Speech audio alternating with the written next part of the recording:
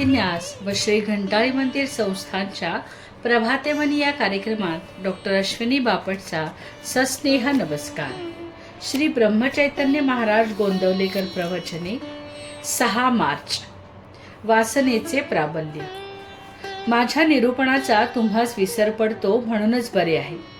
एखादी गोष्ट चांगली आहे आणि ती मिळाली तर सुखप्रद होईल या गोष्टीची आठवण असूनही आपण ती मिळवण्यासाठी प्रयत्न करत नाही, हे अगदी अयोग्य आहे. हे पापच आहे.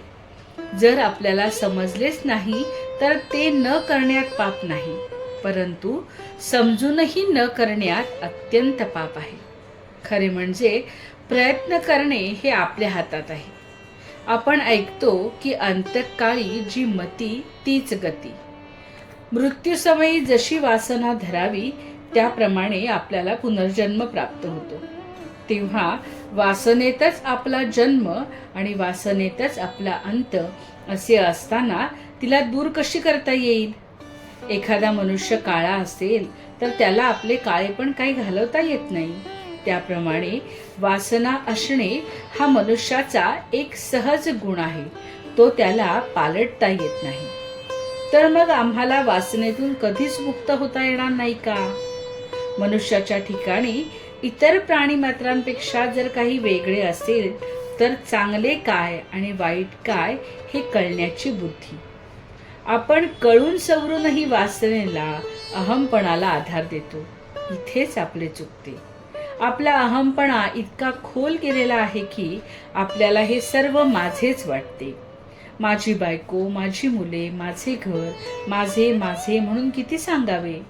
त्या माझेपणामुळेच अहमभाव वाढीला लागून सर्व काही आपल्या मनाजोगते, आपल्याला सुख देणारे हवेसे वाटू लागते आणि दुःख अगदी नकोसे वाटते. अर्थात जगात कोणालाच नुसते सुख मिळतच नाही. असे असूनही अहमपणाला बळी पडून सुखाच्या लालचीने मनुष्य मरेपर्यंत बरी वाईट कृत्य करीत असतो आणि त्याप्रमाणे त्याची वासना बनत जाते.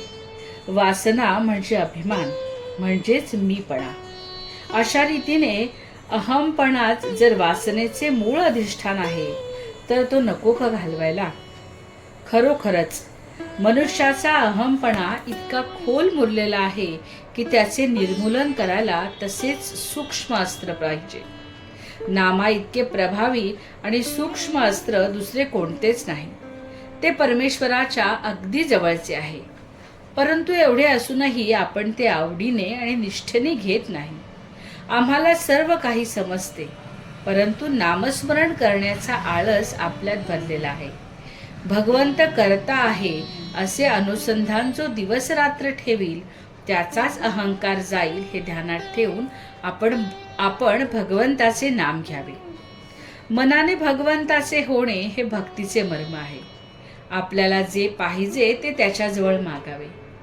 मागितलेली वस्तू भगवंत देईल किंवा न देईल.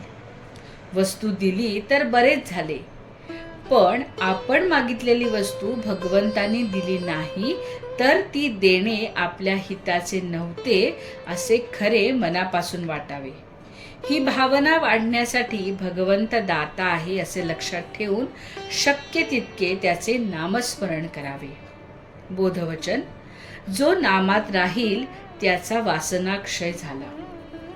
आजचा हिंदू कर्तव्य दिनविशेष. विजया एकादशी. फाल्गुन कृष्ण एकादशी. विजयाची इच्छा असलेल्या अर्जुनाला भगवान श्रीकृष्णाने तसेच सेतुबंधन करू इच्छिणाऱ्या श्रीरामांना व कदाल्भ्य मुनींनी हे व्रत सांगितले. यथासांग विष्णू पूजन, विष्णू सहस्रनाम, नारायण स्तोत्राचे पठण आणि श्रवण करावे. दर एकादशीला घंटाळी मंदिरामध्ये सकाळी 10:30 ते 12:30 संपूर्ण गीता पाठ, सायंकाळी 5 ते 6 विष्णू सहस्रनाम व रात्री 8 ते 9 या वेळामध्ये हरिपाठ, या सगळ्यामध्ये आपणही आवर्जून सहभागी व्हावं. मंडळी, श्री रामरायाचे आणि घंटाळी देवीचे आशीर्वाद आपल्या कुटुंबावर कायम राहोत. जानकी जीवन स्मरण. जय जय श्रीराम.